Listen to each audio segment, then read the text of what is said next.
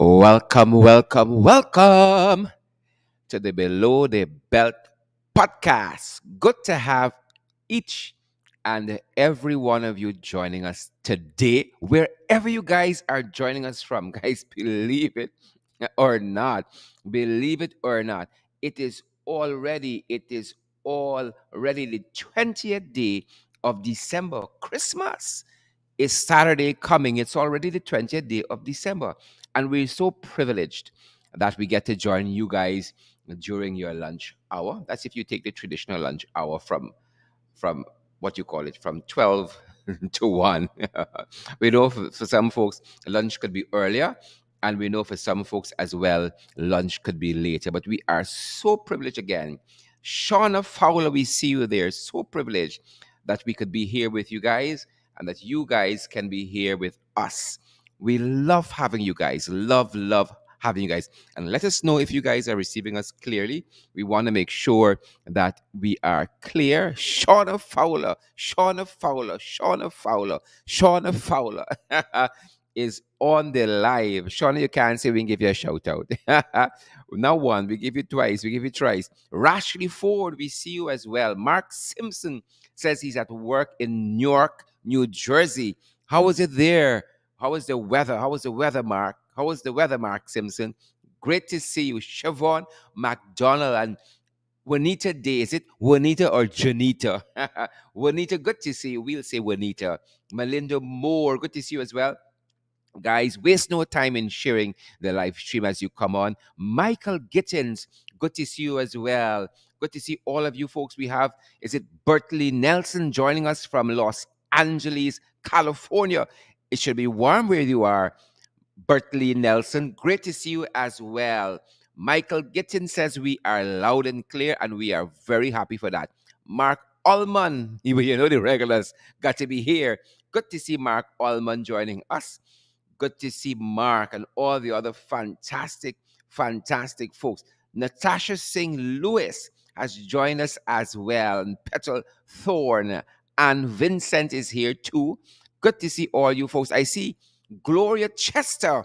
Gloria has been so kind to us in helping us in so many fantastic ways. Gloria, thank you very, very much. And thanks to your neighbor as well. I know if I should say everything on air, but I'd rather be cautious. I know sometimes you don't want all your business out there, but Gloria Chester, folks, if you all see Gloria in the chat across social media, love her. Whatever she says, just give it some likes. Gloria has gone above and beyond for us here in the ring, and we're so appreciative. Folks, Merry Christmas. It's Christmas already. Christmas Day, the 25th, is Saturday coming, and we hope that you guys are well on your way. Cecilia Abrams, good to see you as well. Pauline Hamilton, good to see you, Pauline. All the fantastic folks that are visiting Guyana, you are home from somewhere. Guys, we welcome you. We hope you have a fantastic time. Our friends from Spartanburg, South Carolina, the Narines, big shout out to you guys, wherever in the world you are today. A big shout out to you guys. Great to have you guys on the live as well in so many ways, in live and living color. Sachin Vandiar, good to see you. Good to see you, Sachin. Good to see you. Great to see all of you folks. Marissa Andrews and Trevor, Kalinda, Romney Leander. Great to see you as well. Romney Leander is joining us from Maryland. And he says, congratulations already to Christopher Jones. Olive Farrell Chosen is here with us. Olive Farrell Chosen. Yep, season's greetings, folks. Enid Elliott is with us. Folks, Christmas is such a special time. Gives you all kinds of emotional feelings. Marsha Glasgow is with us. Folks, don't waste no time in sharing the live stream. We are privileged to have each and every one of you outside. We outside, people. And according to the weather, it's 30 degrees in Georgetown. It's partly cloudy. And they're telling us there's a 30% chance of rain. There is a 30% chance of rain up to 12 o'clock. Well, we just passed that. And into the afternoon, gentle folks, there's a 4% chance of rain. I'm going to bring my guest on early this afternoon, my first guest, who is no stranger to the Guyanese at home and in the diaspora. Well, none of my guests, really and truly, none of my guests are. And today I'm very, very privileged, tremendously, tremendously privileged to be talking with a man who understands elections. He is a GCOM commissioner, Mr. Vincent Alexander, and he recently presided over the historic PNCR Congress. He recently presided over those elections there as the chief elections officer. Mr. Vincent Alexander, I want to welcome you to the program today. Great to have you. I know you have a busy afternoon ahead of you, and perhaps you can tell us a little bit about that too, if you care to. But a busy afternoon ahead. Mr. Vincent Alexander, welcome, welcome, welcome to the podcast Below the Belt. We are very, very happy to have each and every one of you who are listening to us take the opportunity to share the live stream as Mr. Alexander joins joins the joins the broadcast. I was distracted there for a second. Welcome, Mr. Alexander. Good afternoon, Cheryl. Hearing you loud and clear, sir. Loud and clear. Great to have you. And I'm certain our listening audience is thrilled to have you as well. You understand the anatomy of elections. It's only time before you start publishing those books. So let us start maybe let us start briefly from the GCOM end, and we work our way back to Congress Place, Sophia. Well, at the GCOM end, I think we are on recess right now, Mhm. but we are on recess after proceeding with a flawed process and the installation of the chief elections officer resulting from that flawed process. And The tell us, process is yeah. flawed, I was about to it's ask flawed for nine reasons. why would you characterize it as a flawed process? I already know, but for the purposes of, of our listening public. Well, GCOM happens to be a commission with 6 nominees, 3 from the opposition and 3 from the government. It is clearly the position of the Guyanese public that these nominees are representing political interests. Mm-hmm. The problem with that is that they will not have confidence in the process, where these nominees are the ones who are making the decision about the employment of a chief executive officer. And the evidence is out there because even before the officer was employed, some of the nominees made it quite clear who was their choice. So Wow. a process cannot any longer be objective. If people have a predisposition to the process, even before the applicants are known, and when the applicants are known, they continue to say who is the person of choice. It's a completely flawed process. The flaw goes deeper than that because in the process itself, there's no use of objective instruments. People are merely given opinion on the matters. And unfortunately, we had a situation where the person who's the decisive vote gave a ruling on the matter, contending that she had listened to the views of the 6 commissioners. But the fact of the matter is that at the point of ruling, she had a prepared script. So as soon as the 6 persons were finished speaking, she read her prepared script.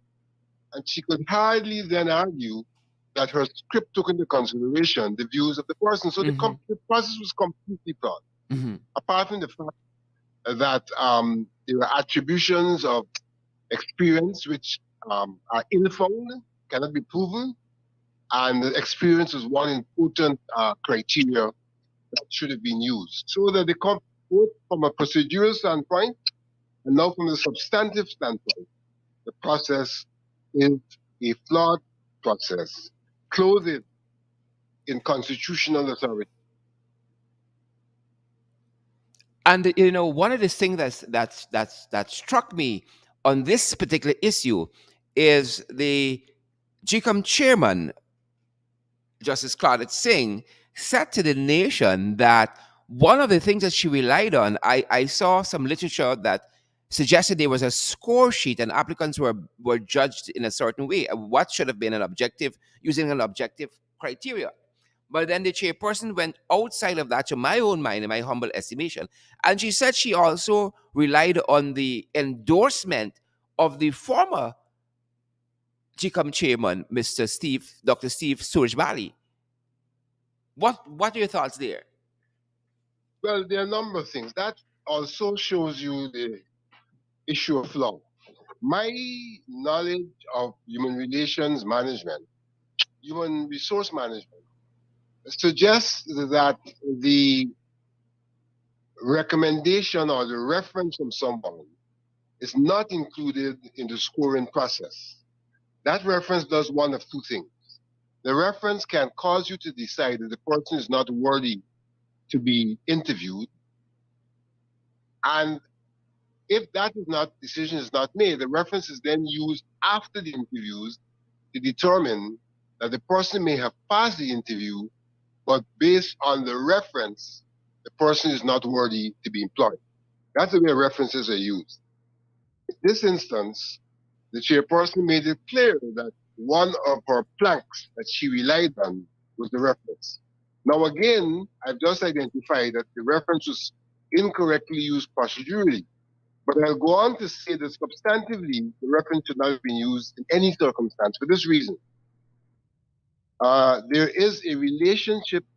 There is a relationship between the past chairman and the applicant that suggests that the past chairman has a preference Mm-hmm. that has nothing to do necessarily with track record and things like that. Why do I say that?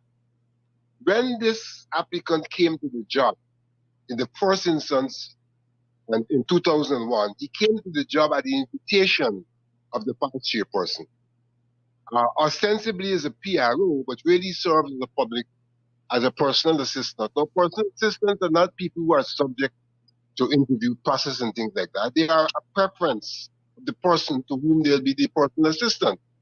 So he came into the system as a personal assistant to the then chairperson, didn't necessarily have the qualifications required for the job. The job was not advertised. And so there was a clear preference exhibited at that time by that chairperson. Subsequently, when he applied to the job of DCO, that is Deputy Chief Elections Officer, again he was not qualified because he had a level five qualification in the United Kingdom qualification framework, which framework specifies a level 5 is not a first degree. It is what is called a foundation degree that provides for entry into a first degree program. Yet, the chairman at that time described his level 5 as a first degree. And on that basis, he was awarded the job. So here we have somebody who showed preference and bias on two occasions, and then that person's testimonial is used as one of the planks for employment. That is a substantive flaw in the system. Wow, wow, and part of the statement we saw emanating from GCOM subsequent to this appointment, the chairperson said that Mr. Vishnu Prasad, in this instance, was the superior candidate in comparison to the gentleman from Trinidad who would have also applied. Is that fact based? That superiority is only manifest in the fact that three commissioners supported his appointment, and the chairperson also did so. We do not have any objective criteria documented that we can show as a record of the superiority that is being talked about. Everything was opinionated. Very interesting. Interesting times ahead of us, and definitely we aren't going to exhaust this whole discussion of the quality of GCOM going forward based on these hires, and there are other hires to be had. And so this process and these criteria and moving and shifting goalposts is far from over. And we're going to pick you up on this discussion at another time. But I know you have a very busy afternoon, so I wanted to get to why we really have you on the program this afternoon, and that has to do with the historic PNCR Congress. Congratulations to the new leader of the PNCR, or I should say the leader elect, and all the other executives there. Congratulations! It was a hard fought battle, a hard fought campaign. Now it is behind us, and we are learning here that this afternoon at 1 o'clock there's going to be a declaration and inauguration. I know you have to be there as well, Miss Alexander, so we want to let you go very early. But tell us, you're coming out of the the confines of GCOM, and like you don't got enough problems and issues. You took on this job of being the chief elections officer for the elections there at the 21st biannual delegates Congress of the PNCR. Um, Tell us a little bit about. I know you have a lot of insight where numbers and the electoral process are concerned. I would deem you an expert in this area. Um, when coming out of this process, what what does the numbers tell us?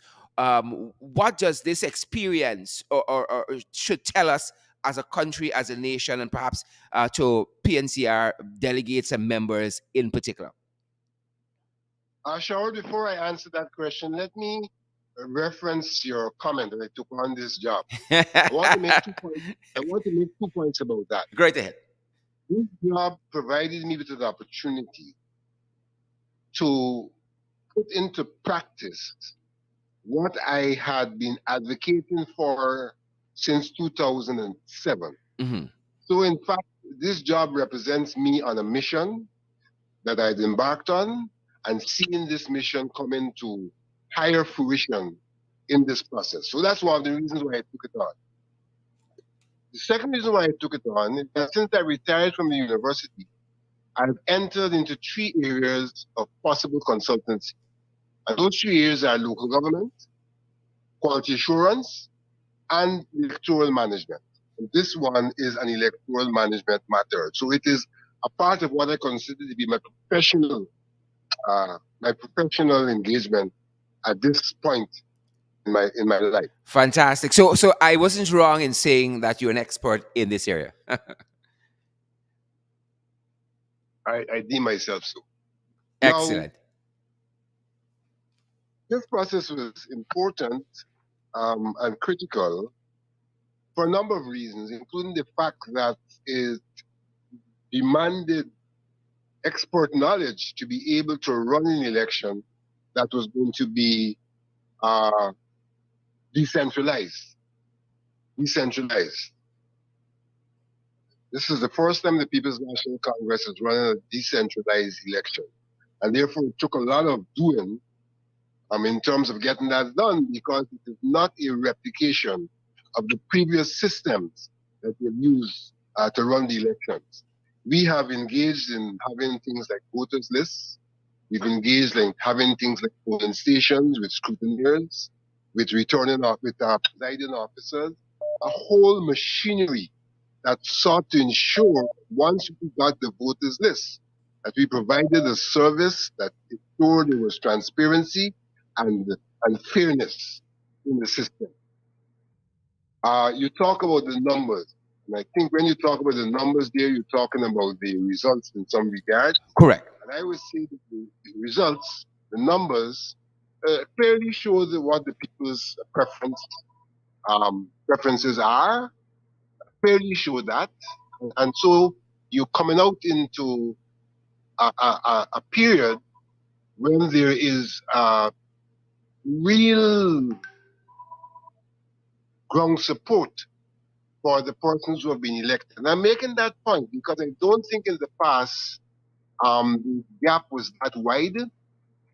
And in the past, one had to rely on plurality to pronounce the winner.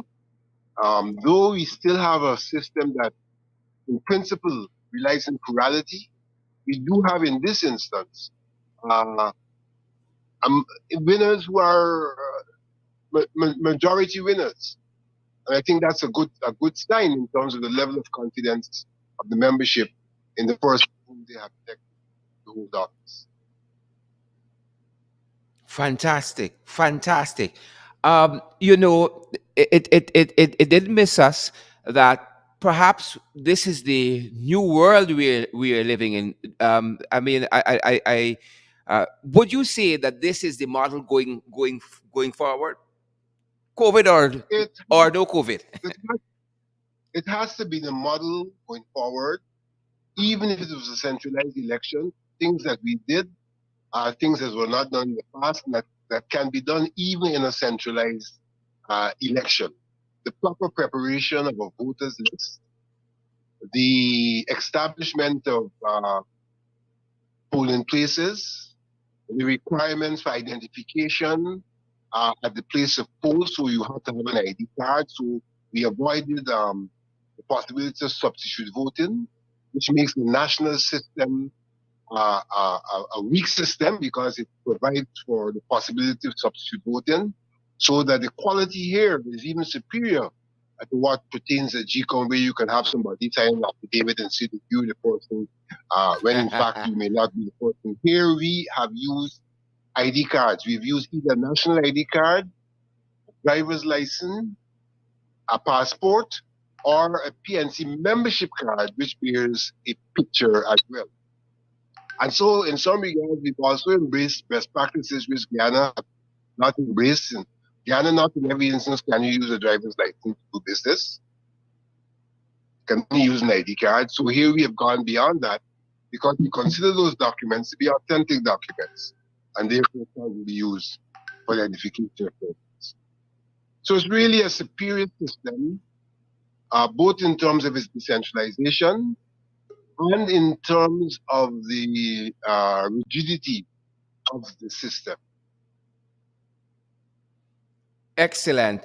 Uh, Miss Alexander, I want to take you perhaps not outside of the realm of your ambit as chief elections officer, but now with the elections behind you, um, you have a I think a unique perspective on the People's National Congress reform, having been a candidate in such elections yourself.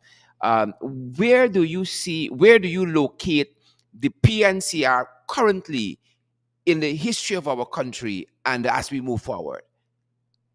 Well, I would say the PNCR undoubtedly, by virtue of the process it just undertook, is giving leadership to the country. Leadership in terms of the way in which elections should be approached and the way in which elections should be managed, and leadership not only to the country at large, as I said, but specifically to other political parties, because we don't know that other political parties have embraced such open and transparent processes. You know, in Guyana, when political parties get involved in elections, people, you can't wash your dirty linen in the public and all of that, and so it becomes a very costly exercise, and therefore doesn't lend to transparency and doesn't lend to openness. Hmm. I don't believe election should be a bitchy exercise. Like, and if those issues are by any chance posing dirty linens, I use the analogy of my grandparents who said, "Look, you must hang your you must hang your clothing after washing on the line because the sun helps to kill the germs." And that analogy tells me that you must do these things in the open because that openness helps to eradicate the problems that you face. So I am one for openness. I advocated openness. I started openness in 2007, and I'm glad to see that openness was rejected then has now been formally embraced. And more than that, I would call for them now to regulate the openness. Hmm. They need to go to another stage to Hmm. regulate that openness. So you don't have issues that are irrelevant in elections, like people attacking each other individually, Hmm. coming into the realm of elections. It must be based on issues. And so this open process must continue but be regulated. Great, great. Well, it really augurs well for the future of the party and future of party elections. I think, as you said, largely having the PNCR lead the way in this regard. I want to deal with something very frontally, and it Let me goes say to one other thing. go Let right me say ahead. one other thing. You know, in our country, political parties are not legal entities, and so they don't register and things like that. I think that this process may say to us, look, probably you need to have political parties as legal entities, and that you may have a regulatory framework for those parties' operations. A framework which addresses one thing that is already in the law, and that is electoral financing, but a framework which addresses other things like the electoral processes, so as to ensure that the nation at large embraces a particular culture on certain matters which are critical to the nation's life. Excellent, excellent. The question I was asking just before you so skillfully inserted that is I want to deal with you. You talked about wanting to guarantee openness, and we have not seen anywhere, and I've seen parliamentarians, opposition parliamentarians, and candidates across the different teams that contested here, and the independents as well, said that they were happy at the end of the day that there were no complaints of irregularities. But with that said, during the course of the exercise, I heard people saying that the results are taking long because um, Vincent Alexander seemed to be pulling for a certain candidate. Right? What do you say to that? Because I heard you even in your first update that you give, the preliminary update that you give, talk to about patience and persons holding on for the final declaration. What do you say to those folks? Well, first of all, I take objection to anybody who suggests that I was going to particular candidate. Me too. But I think important to that is to note that all of the candidates publicly expressed confidence in my performance, expressed confidence in me as the person undertaking the exercise. So I had the confidence of all of the candidates, and no candidate had started to cast any aspersion on me in relation to the job that I've undertaken. Hmm. And as I said earlier, I'm undertaking this job as a professional undertaking. Hmm. This is one of my areas of professional consultancy and engagement. I've seen two persons so far, and probably more than two, having to take back their word. One, Mr. Ruel Johnson, who went out there talking about negotiation behind the scenes. Well, Hmm. you know, he writes He understands he us writes very well. fiction. He understands us very He well. writes he writes fiction. So he was involved in his normal Trade. fictional undertaking, and he's excused because literary people are allowed to write based on their imagination, and that is exactly what he was doing. And there was Mr. Kisoon, who, in a very unscientific way, even his language suggests it was unscientific, saying that, you know, Rangers' hands are involved and Hammond will emerge as the leader because of Rangers' involvement and all of that. Well, he's been damned. That hasn't occurred. Quite the opposite has occurred. Hmm. Not because anybody has engineered it, but because that's the will of the people has been manifest. Hmm. Hmm. So these naysayers, they'll be okay, Anna. There are some people, no matter what you say, they line up against you. There are others, no matter what you do, they line up for you. But I have to rely on the fact that our system was a transparent and open system and subject to the scrutiny of the stakeholders. Miss Alexander, finally, before I let you go, because you have that the inauguration pending there for 1 o'clock, and I don't want to detain you much longer. But do you think that certain folks going to be in trouble? Them boys on the other side, when they got their own congresses happening, and they have to explain to their delegates and their members why they aren't as transparent. What you got for hide? Do you think they're going to be in trouble now because you all have set the pace and power? I sure would. Sure, I would say that the parties may have different cultures, and there may be underlying reasons why those cultures are different. I think the public at large would be looking at them in terms of how they conduct their affairs.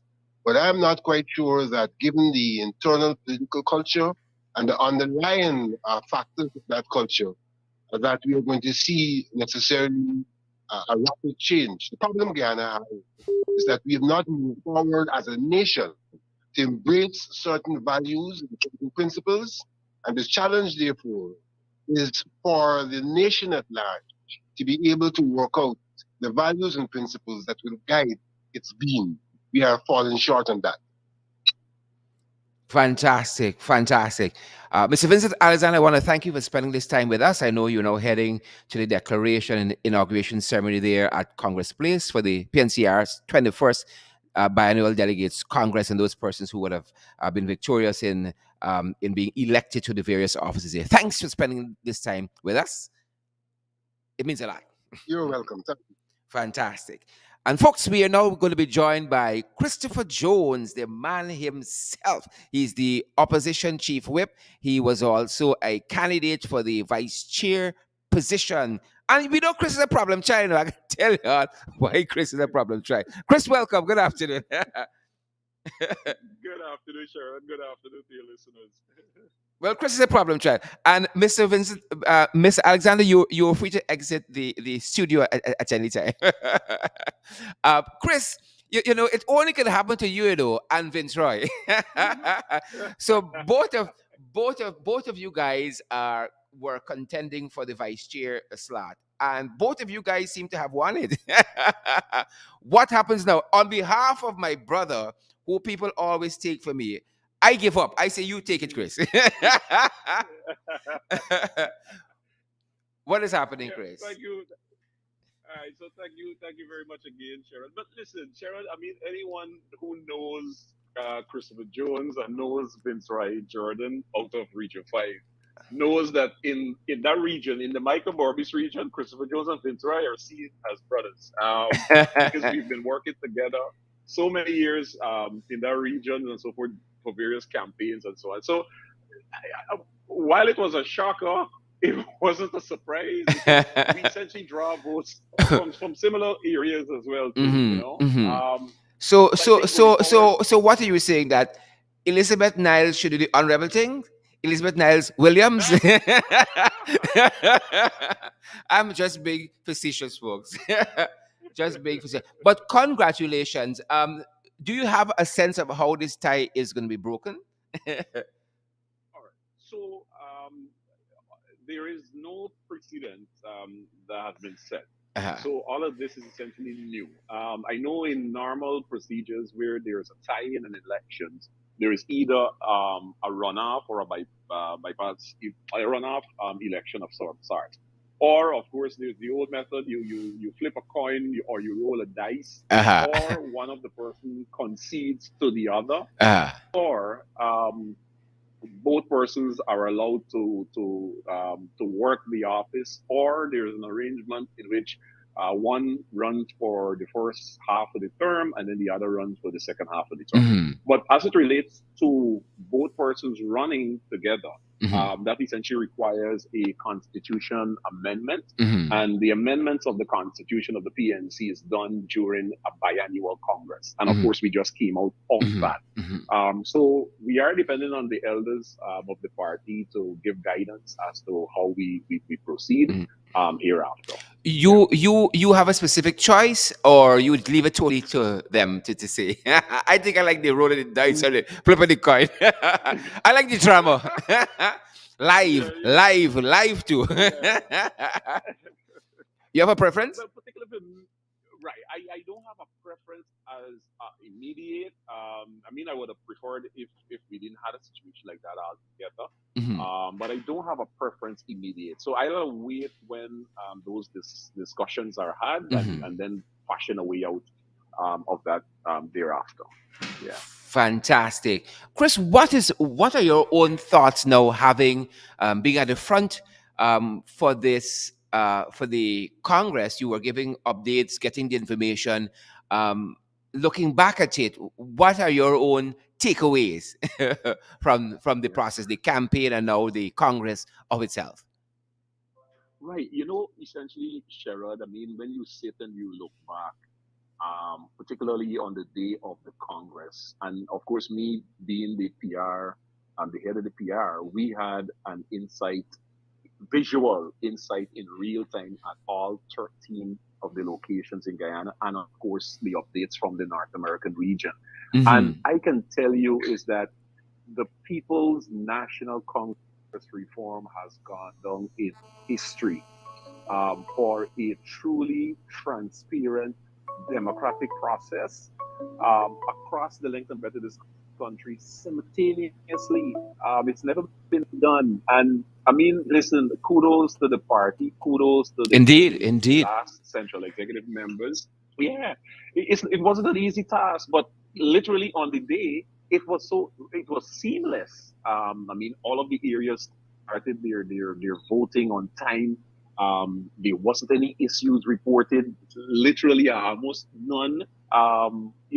It was historic. It was historic. I'm even more happy and proud to be a member of the PNC after witnessing those biannual congresses that was had on Saturday. I am indeed. Fantastic. Chris, the only fault seems to be you bringing the updates on time. I know you were waiting on incredible information, but come on, Chris. You can't get this nation in suspense like that again. No, in fact, even though we had set those times, it is when like we gone 15, 20 minutes beyond the time that we were supposed to start. And you saw the phone calls and the messages coming through. Then it dawned on you that, yo, hello, the nation, not only the PNC, the nation, and even further afield, because those in the diaspora as well were reaching out as to what is the update. We want to know what's happening there and so forth. And that said a lot to me as well, is that while as a party member and you're conducting the party internal elections, is that essentially it is something for the entire nation because everyone um, wants to be part of the process of the PNC and so forth. And that to me was tremendous too as well. And that was loud. Awesome. Chris, I know you've been in this process long and you've said it during the campaign that you have been here 23 years, you've worked hard, you know the process inside out, you've seen Congresses come, Congresses go, and leaders come, leaders go. What are your own thoughts to the new cadre of leaders, yourself, coming into this process to move the party forward at such a critical time in this nation's history?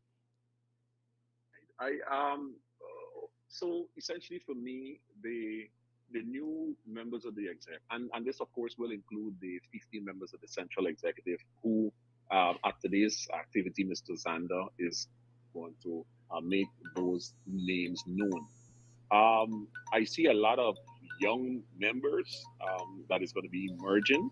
And this is once again like the process we saw with the extraction of members of parliament, that you saw the largest number of young people going into the parliament. And I think in terms of the party's leadership, you will see a lot of young new faces emerging to take the party forward, which I think it's good because essentially a party cannot grow without having that voice or having young people play that critical role in the development of the party. We recognize too, as we done on Saturday, that there are a lot of nuances. COVID-19, for example, there is now the new norm as to how we go about doing things. I mean, in the past, a party hosting a public meeting, it will be a public meeting on the car and it's always been here and so forth. But now with the new norm, they are now the technology in which people communicate. Mm-hmm. Mm-hmm. Even in places where the Mm-hmm. bottom house meetings, we grow up hearing about the bottom house meeting and the group meetings and so forth. But again, in the new norm, Mm-hmm. many of the party groups have now moved virtually.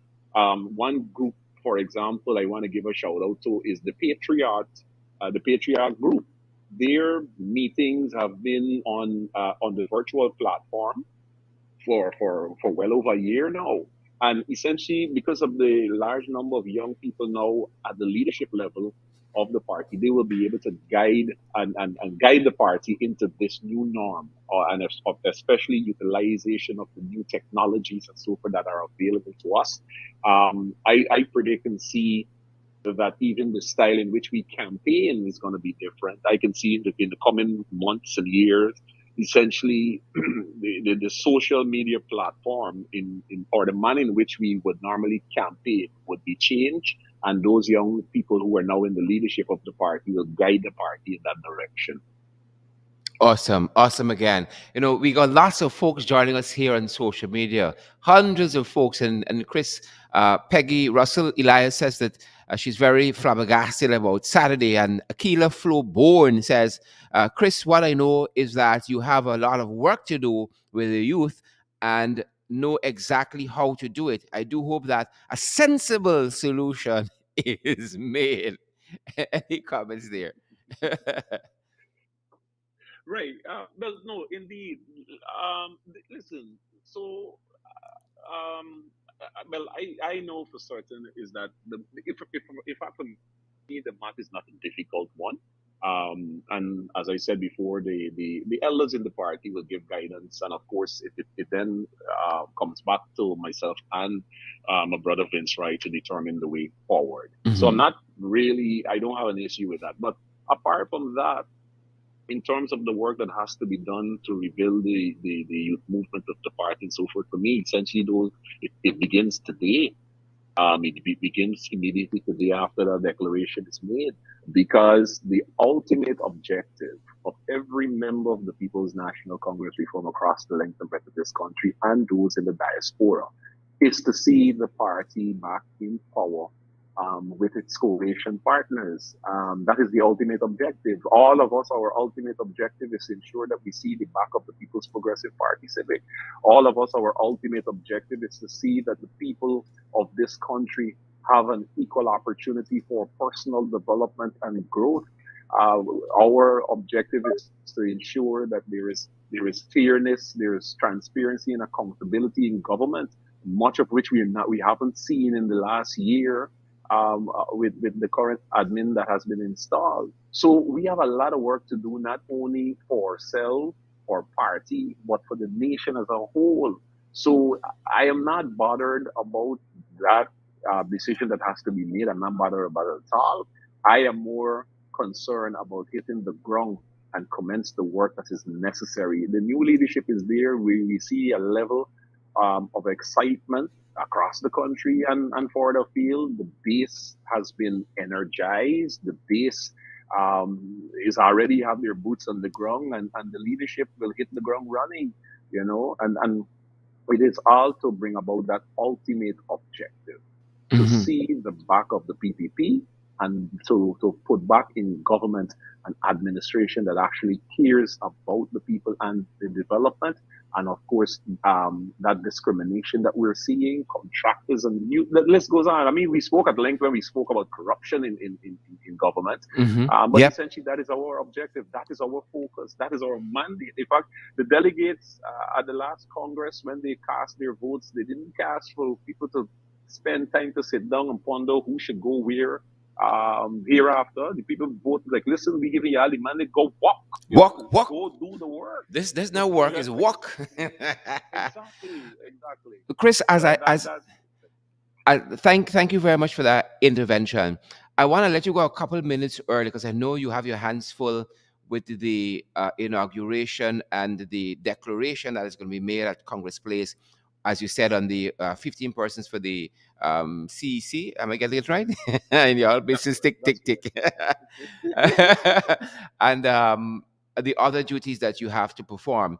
But I wanted to get from you, like I asked Mr. Alexander, the chief elections officer for this process, the 21st Biannual Delegates Congress.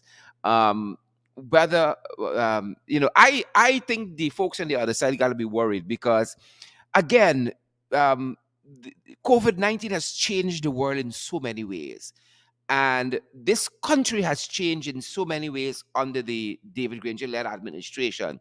I think the PPP, them Jacobats, came back to a different country. They were not prepared for social media. And now all of this is transpiring almost in real time and elections. And there you have it. People were required in the past for, secret balloting and all kinds of worries, and basically having their leaders chosen for them. I don't see the average modern political party going back into that period, that Stone Age, what looks like the Stone Age now. What are your thoughts? I think they got Yeah. trouble in Well, the dance, Chris. listen, exactly. Right now, Congress Place, rather Freedom House. We use the colloquial term Freedom House. Right now is having frightened. They're having frightened because all the talk and the preach and they like speak about rigging and all of this and so forth. Hmm.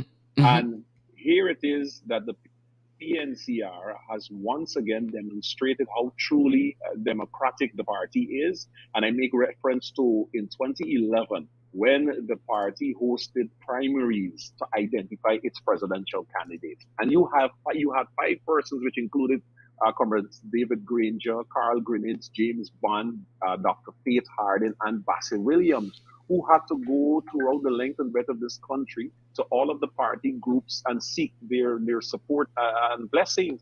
And of course, you had a process in which they had to vote to identify a presidential candidate. That was truly historic and that was truly transparent. And when one believes at that time that the PPP would have taken shame out of their eyes and allowed the PPP members to decide who is the presidential candidate for them, we saw them went right back to that dictatorial tendency that they have and selected Irfan Ali. And here it is the PNC, years after that primaries, hosted its biannual delegates congress, decentralized in all of the regions across the country, in which it was carried live on a Zoom platform. And what you don't even know, Sharon, is that the live platform only went offline at 2 a.m. Sunday morning because until the very last polling station, which happened to be one of the polling stations on the east coast of Demerara, until that polling station finished its count, that's when the Zoom platform went off, when that was completed throughout the entire day. So you had, at any one given time, you had over 1,500 delegates across the country and those in the diaspora had a bird's eye view in real time of each and every single polling station. They saw everything that was transpiring. So once again,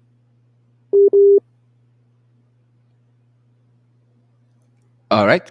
Chris will be back with us in a second. Yeah. elections, Right there, Chris. Sorry about I'm back. Yeah. And here it is now that you have these elections. You have these elections that were just had, and here it is that the PPP can't indicate to us whether or not they will go down that road. The spotlight is now on them. The spotlight is now on them, and I'm pretty certain the PPP members are now asking the party leaders, we want to do the same. that. Somebody's butting in there on Yeah, Chris am side. I back? Yes, yes, you are. Yeah, yeah, yeah, right. So the spotlight is now on them. Their membership is asking them, we're just telling them rather, we want to do exactly what the PNC did. We want to be able to select our leaders rather than have it dictate to us as what been happening with the PPP. Excellent, excellent. Chris, I know, as I said, we're minutes away from the declaration and inauguration ceremony there for the persons who were successful at the PNCR's 21st Biannual Delegates Congress. And you are going to be part of that process as well. I am assuming, I'm hazarding a guess that you are currently on site. just wanted to ask you, Absolutely. That's I just wanted to ask you what is the atmosphere like? excitement. When you have these inaugurations and so forth, Chris, you're I'm very asking you happy because the from people fast, people fast. They want to know everything. Some people in the diaspora, they left Chetty Jagan International or Eugene Korea, they throw a brick behind them, but I still want to know everything that's happening home. So tell us what happened in there. Yeah, so Congress Place right now is a buzz of excitement. They are persons who are running around to ensure that the little pan go in the corner and the lights up in the ceiling is up and running, and then the place is swept and that sort of thing. Persons putting on the makeup and try to spruce up and look look the part and so forth. That is happening. So it's a buzz of excitement in Congress Place.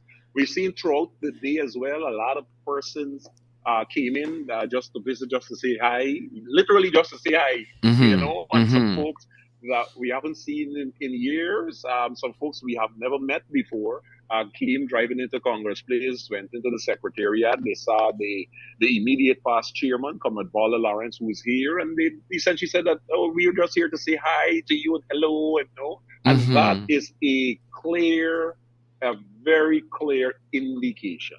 Yeah, Mm-hmm. a very clear indication. Yeah, Excellent, excellent. And these processes are necessary, as you say, to reinvigorate democratic institutions, to what you must say, to replenish the ranks and to move exactly, things forward. exactly. I think they're exciting times ahead, and we are so happy that we are nearing the end of this process, because it will take us into the next process, which is getting these jagabats out of office in the shortest time possible and returning this country to good governance, truly good governance. Exactly, exactly. Well, Chris, I don't want to keep you any longer. I know you have to be on cue at your end. So I want to really thank you for joining the podcast. Today, Opposition Chief Whip Christopher Jones, who's also been elected there, tying with Vince Roy Jordan for the position of Vice Chair. Chris, thanks for joining the podcast. Most welcome, Sherrod. Thank you. Awesome. Folks, some other persons who were successful. Oh, as you know, big congratulations to Mr. Aubrey Charles Norton. A big win for him there Com- over the Compton, weekend. Compton, Uh, Chris, Compton. Chris, you might want to mute it, Y- Jared. No, I'm Sorry. Is it Compton Norton? Where did I get Charles from? Aubrey Compton yeah. Norton. Thanks very much. You probably stress yourself over Charles. You probably stress yourself over Charles Robinson. That Jagabat. That time. Thanks very much, Chris. Aubrey Compton Okay. Norton is the new leader of the PNCR, elected, and we have several other persons. Sherwin Holder is going to be the new chairman. You have Miss Elizabeth Niles, who is going to be who was elected vice chair, as I said, along with Christopher Jones and Vince Roy Jordan, tying there. Um, and we have the treasurer. These are the top people. The treasurer is going to be Mohammed Fayaz Mursaleen. Mohammed Fayaz Mursaleen. These were the top executives elected over the weekend, and Mr. Alexander is going to let us know who are the 15 CEC members, Central Exec Committee members there. Um, Also forming the new leadership cadre of the People's National Congress Reform, as they now put the 21st Biennial Delegates Congress behind them. The Alliance for Change came out yesterday and congratulated the PNCR for this process that they've come through so successfully, and in such a shining manner. And I'm just going to pick out a couple parts of that statement that was put out, and I'm picking up this report out of our um, affiliate, the Credible Sources website. It's crediblesourcesgy.com, crediblesourcesgy.com, and that's an affiliate of the In the Ring program and our program as well.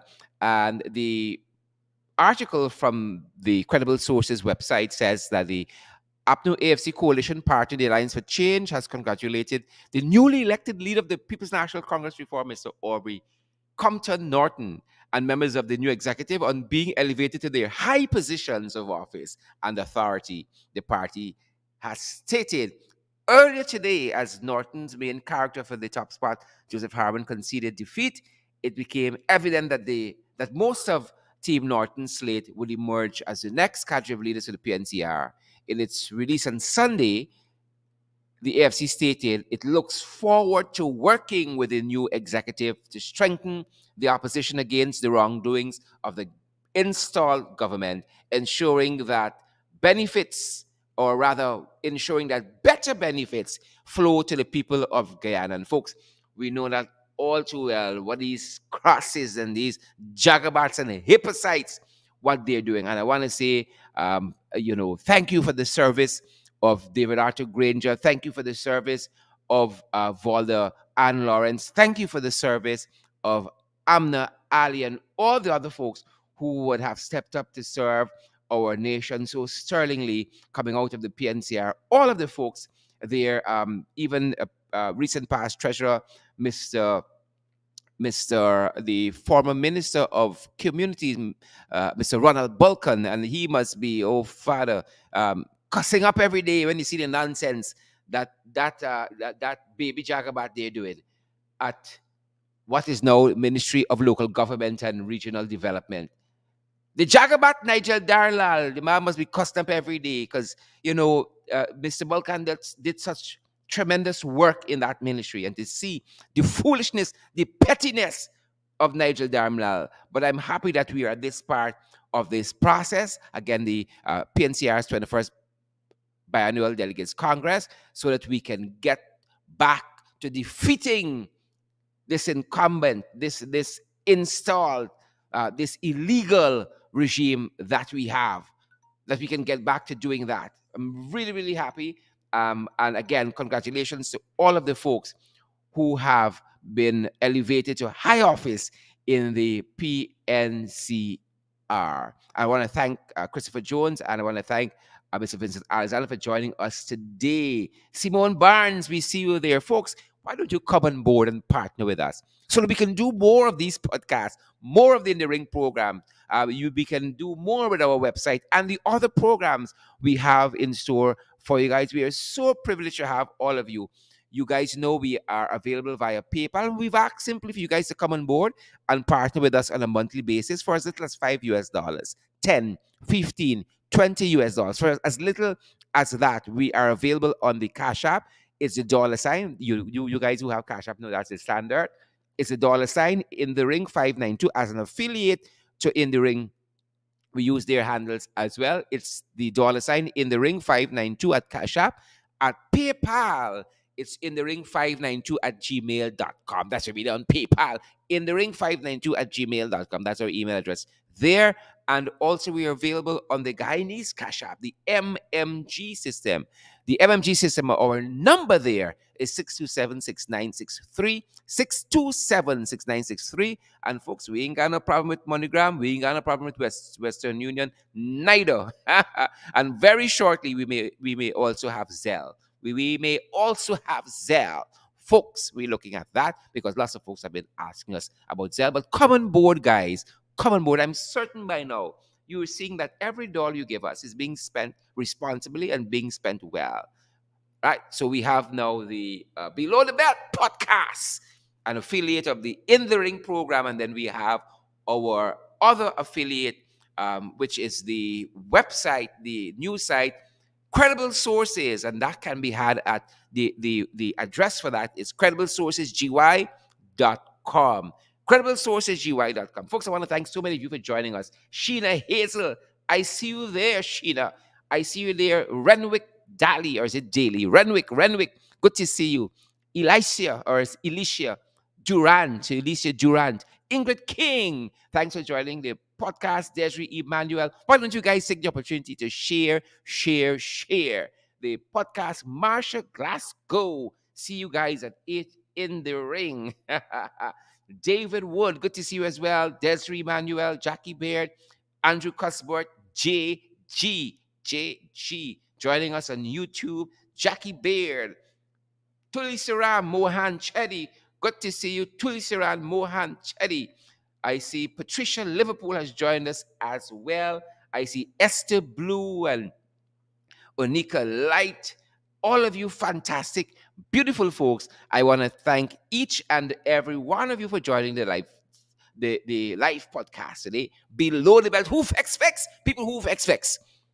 We got to do what we got to do out here. We want to see those emojis. We want to see those shares, guys. We want as many people to receive this information as possible. Again, even with their busy schedules, it was a privilege having the one and only Christopher Jones and the one and only Vincent Alexander as we discussed today the historic PNCR Congress. And guys, I'm certain you all knew it was historic. Don't fool yourself. You listen to me.